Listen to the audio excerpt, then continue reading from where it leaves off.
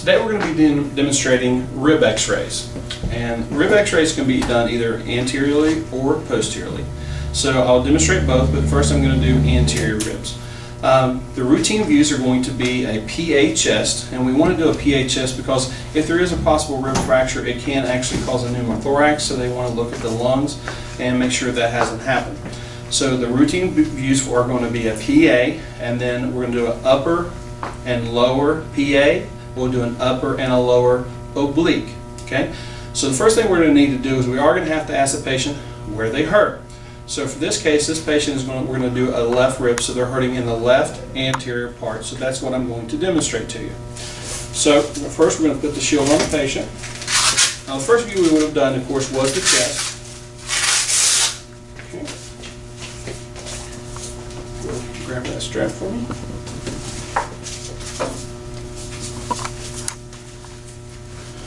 Okay, so we're going to have the patient, we've done the PA chest x-ray, we're going to have the patient step up here. The film should be just like a chest x-ray, about 1.5 inches above, and our centering is going to be about the level of T7. So again, we're going to go on a male, it's going to be from the vertebral prominence about 8 inches down, and that will be our centering up and down for the patient, and then our centering from side to side will be palpating the spine and to the rib margins. We're going to put them in the center. Our collimation we have to include to the spine, and we have to include to the outer rib margins. Up and down, we want to go to the top of the film, and then we're going to make sure our placement of our marker. These are again anterior ribs. We're going to use our left marker in the light field, but not obstructing any pertinent anatomy. Our SID is going to be for these are 40 inches. So from a chest x-ray was done at 72 inches, we're going to have to move it in now to a 40-inch SID. Our technique for this is going to be for the upper is going to be about 50 kV at 50 mass. Okay, we're trying to obstruct. We want to take in the lung margin so we can have a good details of the ribs. Now, for inspiration and expiration, for the upper ribs, we want to do it on inspiration because we want to try and lower the diaphragm as much as we can so we can see as much of the ribs as we possibly can. When we're doing the lower ribs, we'll actually be exposing on expiration. So for the same effect, we're trying to raise the diaphragm as much as we can to see the ribs better. Now, if the area of interest is just the lower ribs, it is preferred that they're done with the patient either prone or supine on the table. It actually shows them a little bit better. So for this right here, again, we're doing the upper anterior ribs. Techniques again is 50 at 50, and then we're going to have the patient to take a deep breath in and hold it, and we'll make our exposure. So this is our upper PA ribs. Okay, now what we're going to do is we're going to just turn the light back on. We're going to center down, we're going to go down, palpate the lower ribs. I want to make sure that my collimation has got a little bit past the bottom of the ribs, and then I'm going to have to come around here and center up. Again, my film's centered. The arm is going to be away from the side because if you do have the arm gets in too close to the side, the actual fat in the arm will actually can obstruct some of the ribs. So we're going to make sure the arm is away from the ribs. Again, our centering side to side is palpating the spine to the rib margins, and then we're going to make sure we're in the center this way. Now, anytime you do two films like that, we do have to have overlap. So you need to have a 1 to 2 inch overlap here. The PA, what we're trying to see for the upper, we want to see approximately 8 to 9 ribs. On the lower ribs, we want to see at least ribs 8 through 12. So you're going to have that little bit of overlap there. So again, this right here is going to be our PA lower anterior ribs. Our technique changes a little bit because it is a little more dense here because there is going to be fluid in the abdomen. So our technique does increase a little bit. It will go up to about 52 kV at about 63 mass. Okay? So we're going to take and do our inspiration, or I'm sorry, on expiration, the patient will take a deep breath in, blow their breath out, and hold it out. And now we make our exposure, and that is our PA lower ribs. Now when we do our oblique ribs, the next view we're going to do, still same 14 by 17 lengthwise with all these views. We're going to turn the patient about 45 degrees. Okay, easy way to remember how to do ribs when you do anterior or posterior ribs, we tell you anterior ribs away, posterior ribs toward. So what I mean by that, the film is here, we're doing anterior ribs, so we rotate the patient away from the film, okay, anterior away. We do want to bring the arm off to the side, verify again it's not going to be obstructing.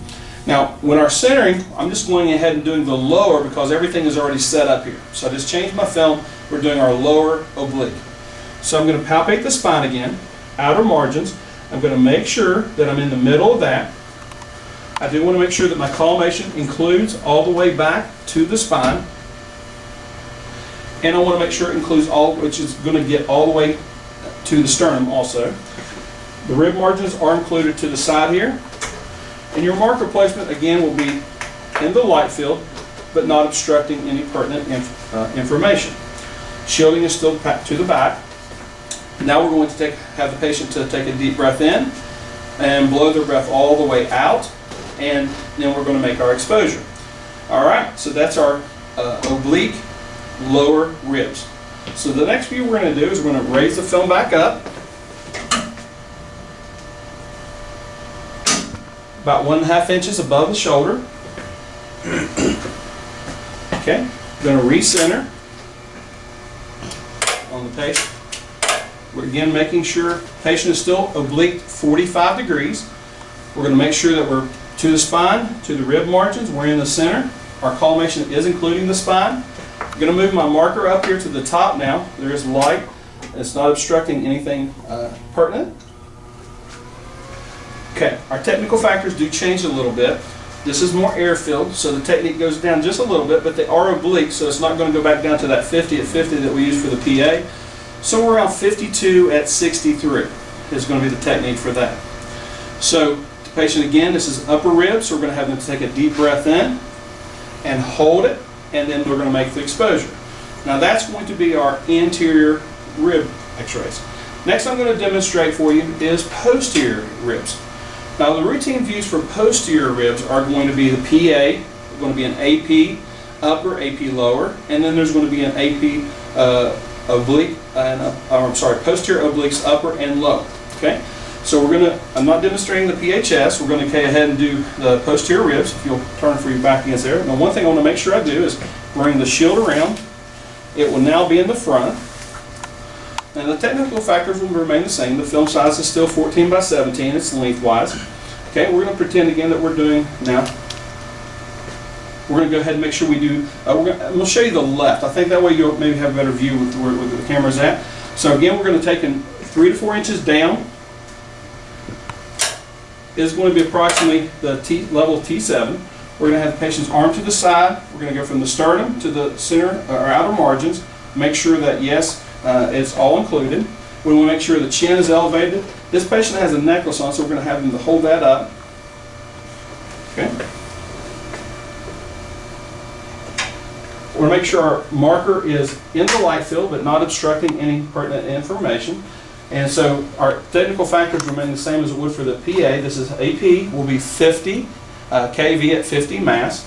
And then the patient is for upper will be the respirations will be on inspiration. So we're going to have this patient take a deep breath in and hold it, make our exposure, and then this is going to be our upper AP, or AP ribs for, actually for the posterior, but the patient is AP. So next thing I want to do is I'm going to take and center down, palpating the ribs, making sure I'm including to the bottom of the ribs, recentering up to that. And then palpating the outer margins. Again, the sternum, they're going to be centered this way. Marker placement is going to be, there is light here on the side that's not obstructing anything. We're going to put our marker placement there. Now this is for the lower ribs, so we're going to have the patient to take a deep breath in and blow their breath out for this time. So the patient takes a deep breath in, blows it out, holds it out, and now we make exposure. The technical factors for this are going to be a little bit more. It's going to be about 52 kV at 63 mass. Okay, so now we're going to do our oblique. Again, the patient is going to be rotated. So remember we told you AP is anterior oblique away, posterior oblique toward. So if the site of injury is the left side, we're going to rotate the left side toward the board. Patient again is obliqued about 45 degrees. We're going to palpate outer margins. You actually want to go a little bit past the sternum, because what we have to see is on a posterior obliques, we're doing posterior ribs, it attaches here to the spine. So when my collimation, I need to verify is including the ribs all the way to the spine. So I sort of put my hand on the spine, look at my collimation, and then make my adjustments there. The actual collimation or the spine is actually approximately here, so I know that I've included the entire ribs. The arm again is to the side, making sure my marker placement is good. And the technical factors do increase a little bit. It's going to be going up because of the fluid here at the bottom of the ribs. It's going to go up to about 72 mass at about 63 kV. Okay, so the patient is going to take a deep breath in. They're going to blow the breath all the way out. Take another deep breath in, blow it out. Sorry, second full inspiration, I was thinking of the chest x-ray there. It is just an expiration. That's a little flub there, we'll keep it in. Okay, so now that is for our lower ribs. Okay, so now I'm going to raise it up.